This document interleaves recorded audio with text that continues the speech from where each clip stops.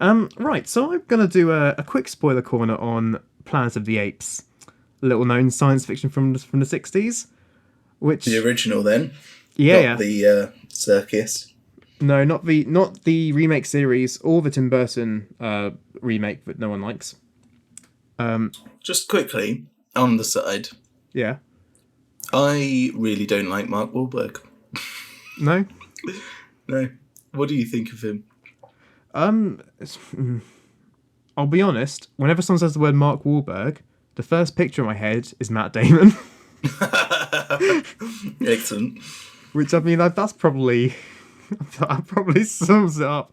I'm sort of indifferent. I don't know. For me, I just haven't seen a single film with him in that I've liked.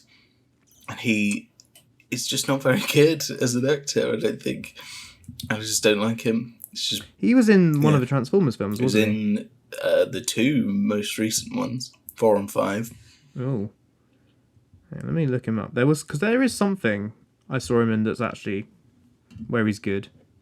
Ironically, I then can't think of what it is, so that shows how good that was. There you go. Oh, okay. Yeah. Deepwater Horizon. Oh, yeah, he's supposed to be getting that, isn't he? Yeah, I was actually quite surprised by how much I enjoyed that film. It sort of had a oh, why can't I think of any films today? It had a very vibe.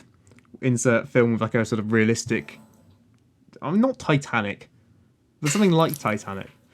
It doesn't matter. But like it's the way it captured the disaster had like this really sort of like gritty, realistic feel without going like the full documentary style route, which I thought was really cool. Fuck, what am I thinking of? Is it Chernobyl? He's not in Chernobyl. Maybe. Wait, do you think he's in Chernobyl? He's no. I'm trying to think. No, I'm talking about like the idea, having a sort of a disaster and destruction and stuff that feels sort of cinematic but realistic. And I was thinking like Chernobyl might be what I'm thinking of. Yeah. Anyway, this isn't Planet of the Apes. Yeah. Ignore me. Okay, so obviously when I'm talking about spoilers for Planet of the Apes, most people probably are thinking of a twist and think, well, surely he can't be covering that on Spoiler Corner. Everyone knows that twist. And yes, I am covering that twist. But there might be some people out there who've not seen Planet of the Apes. So on the odds that you don't know the twist at the end of Planet of the Apes, do skip ahead. And after that one person is left, let's continue. So, we'll start from the end. The big thing of Planet of the Apes, he lands on this planet, and it's like, oh, there's apes everywhere. Dr. Sears. Yeah. Oh my god, I was wrong. It was Earth all along. But yeah, can I play the piano anymore? Of course you can, but I couldn't before. Anyway, I hate every ape I see, from chimpanzee to chimpanzee. We can't keep quoting The Simpsons, or I'll never get through this. That's possibly the best adaptation of Planet of the Apes, though. I genuinely wish that was a real musical. Like, we've already got some, like, unironically great songs right there. Anyway. Sorry, continue. So the big famous twist of Planet of the Apes is it was Earth all along. He sees the Statue of Liberty, he's like, oh my god, this planet I was on, the Planet of the Apes, it was Earth. Now, I have a problem with this, having watched it for the first time recently, is that for this twist to work, we have to comfortably assume, before this moment, that the planet they're on isn't Earth. Which is impossible, because the plot literally does not make sense unless they are on Earth. Yeah. So, for one thing, after they land, they eventually find these humans running around everywhere as wild creatures. Like, okay, firstly, yes, they can't talk and they're wild, but the assumption, assuming this isn't Earth, is that on a completely separate planet from Earth, on a different solar system, possibly, in a different universe, that a creature has evolved to be exactly like humans in their physiology, in their size, and everything has evolved just perfectly. What a coincidence that would be. And then not only that, apes ride in on horseback. That's two more animals that not only had to evolve again perfectly on a completely different planet, in a different galaxy, but end up, the correct physiology and size and mass. but also in relation to each other with the humans. Yeah. So that's a big problem. Then, so there's the whole thing about what's his name? Charlton Heston gets injured like in the neck, so he can't speak. So for the longest time, they think he's like the rest of the humans, but he sort of shows his intelligence non-verbally, and they're like, oh, look after him, he's special, whatever. And eventually he speaks, and they're like, oh my god, he's speaking. And they understand there's no language barrier. They are speaking English, and he speaks to them in his English. Perfect, flawless English. Yeah, because like, obviously in sci-fi films and stuff, sometimes for the convenience of it, they will speak English on screen, but in universe it's something else. But no. Like it's Doctor English because he's talking. And he Yeah. talks, and they understand there's no interpretation at all. It is direct English. So on this magical planet, in a different galaxy, in a different universe, potentially, where these horses and apes and humans have all evolved together again perfectly, they've also developed the exact same language system.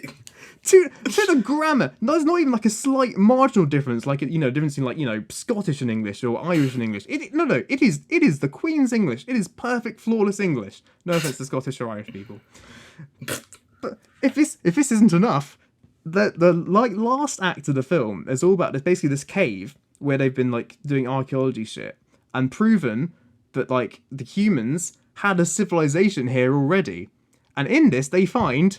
It's like they find glasses and they find like I think it's like dentistry tools and something, and they also find like a doll.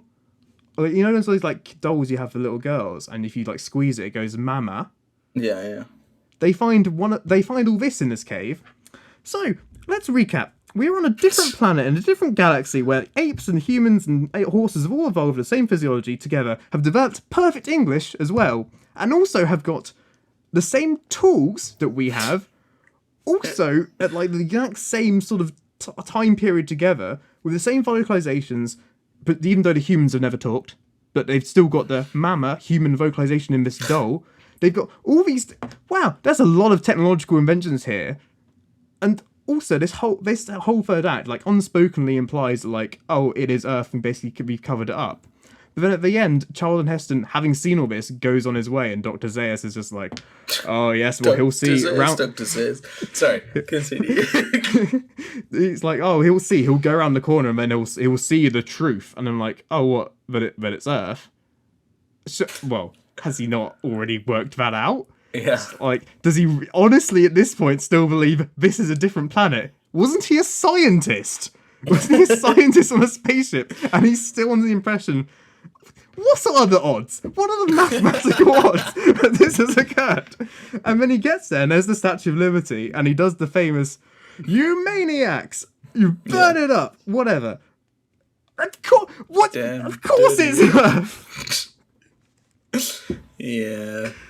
From what I remember, like at the beginning of that film, don't they get in a spaceship and then land in like a desert and then like potter around for a bit? Yeah. And it's... Do they wear helmets? I can't remember if they do or not. Thanks for another detail I completely Yeah. forgot. Not, the planet geography being like the same is sort of excusable because that's probably okay. Although keep in mind, running water is a thing and is drinkable, which is also probably quite high astronomical odds. But also completely breathable air with no adaptation. Gravity's normal, at 9.8 or close enough. That's also more mathematical uncertainty to the equation. But so this rocket ship they go off in. It's one of the planets in solar system, but they're trying to return, but it's like locked on to Earth. Yeah. And this is presumably quite a sophisticated, rocket ship. And so it then lands on the planet, but, it can't possibly be Earth, even though it's... where else would it have gone? Like, Oh my god. Yeah, that's the thing. Before I saw the film, I was like, oh yeah, that must be, one of the great twists of film. It sounds like a great twist on paper. When you watch the film, it quickly loses its gravitas. Yeah. Have you seen the Tim Burton remake? I've not seen the Tim Burton one, but I've heard bad things. I have seen it. It's got... what's that bloke called? He's in Reservoir Dogs as the one that gets shot. Oh, what, Steve Buscemi? No, the one that gets shot. Don't quite a few people get shot in Reservoir No, Dogs? the one who gets shot, through the whole film as like the linchpin of the whole plot. Are you sure it's not Steve Buscemi? No, it's Mr. Orange, I think it is. No, Mr. Orange. Tim isn't Roth. shot. Tim Roth. Yes, it is. It's Tim Roth. He gets shot.